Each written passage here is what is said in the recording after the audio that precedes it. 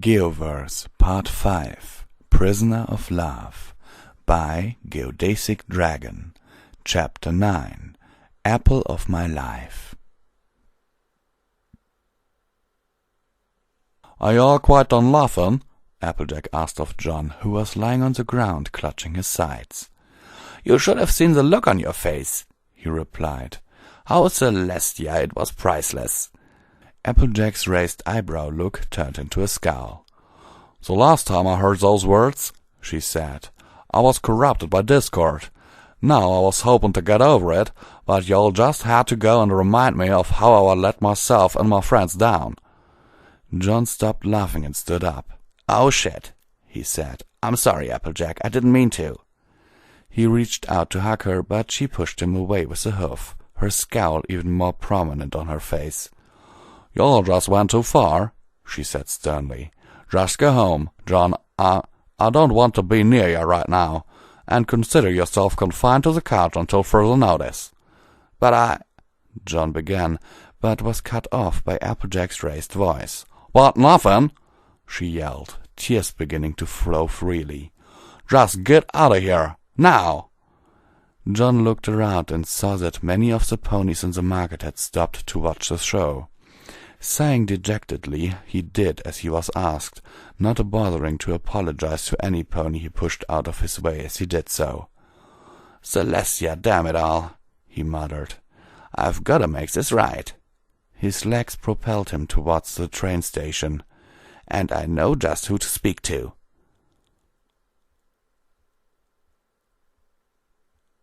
"I'm sorry, John, but I cannot allow you to see Geo. You know the rules of his house arrest. No visitors, no exceptions." John groaned in exasperation. "Damn it, Shining Armor," he said. "Not even for 10 minutes?" Shining shook his head. "Sorry, John," he said sternly but fairly, "but I can't." John propelled himself around on his feet and punched the wall. "Fucking hell!"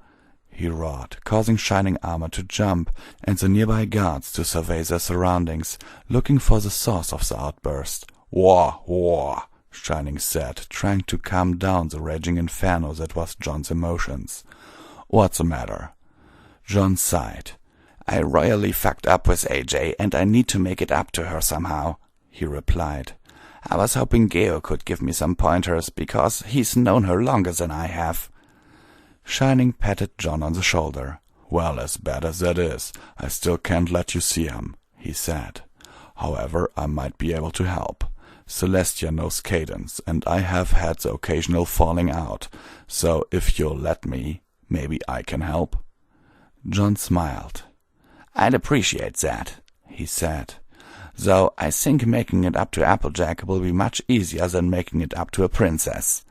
Shining nodded. "Yes, I'm sure it will be," he said. "Now, come on, John, we've got a lot to discuss, and once we put our plan into action, I guarantee Applejack will be more than willing to forgive you." John grinned and followed as Shining Armor led the way down the halls of Canterlot.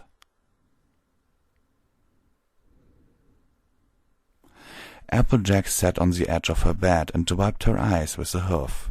She had returned from the market to find that her boyfriend wasn't there, and that no pony had seen him.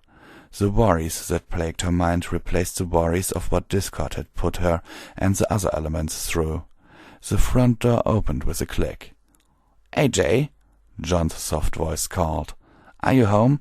I've got something that you really need to see." Applejack's ears perked up, and she rushed downstairs to find John standing with a small smile on his face. But rather than return the gesture, Applejack pluffed into him and sent him onto his back. "Where the hay have you been?" she yelled. "I've been worried sick about you. I was beginning to think that you all had been bitten up by another brother you didn't tell me about." "I went up to Canterlot," he replied. "I was hoping to speak to Geo, but Shining Armor wouldn't let me. However, he was more than willing to help me out." Applejack slid off John's chest, allowing him to stand up. "Help you out with what exactly?" she said, raising an eyebrow. "How I could make up for what I did," he said. "I'm sorry I said what I said, and I'm sorry it brought back those memories. I guess my time as a spy left me blind to the well-being of others. So I talked to Shining, and together we worked out how I could apologize, as well as show you how much I care." Applejack sat down and watched as John produced a large envelope from within his jacket. "You are the bearer of the element of honesty," he said. "So I figured that the best gift I could give you would be showing you just how honest I am about us and our relationship. So I made a few stops and got a few things which I hope will tell you exactly how much I love you."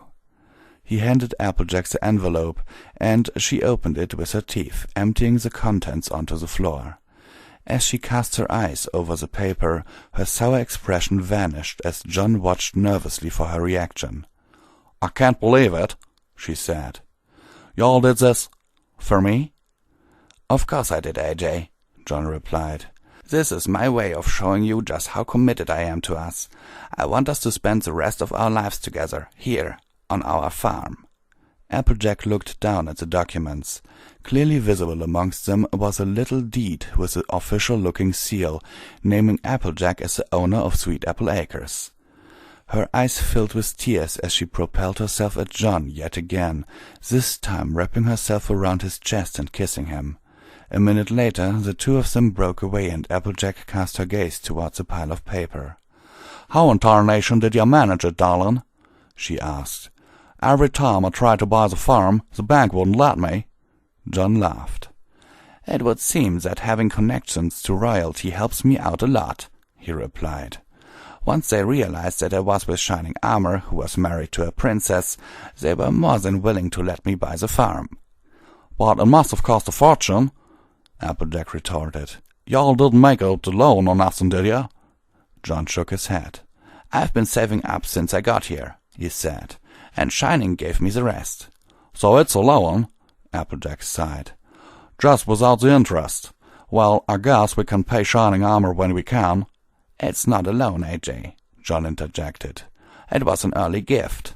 Applejack looked perplexed. "An early gift?" she asked. "What for?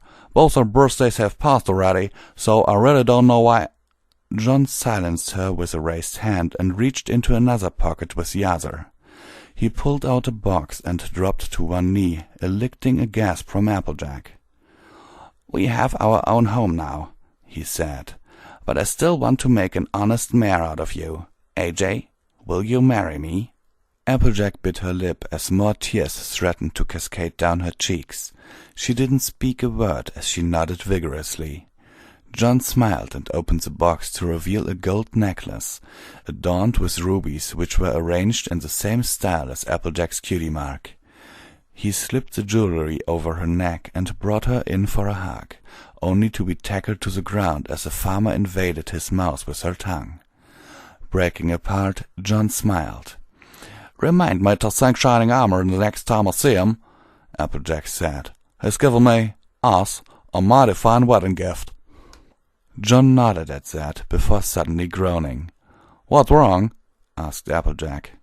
"I just realized that I slapped Geo on his wedding day," he replied.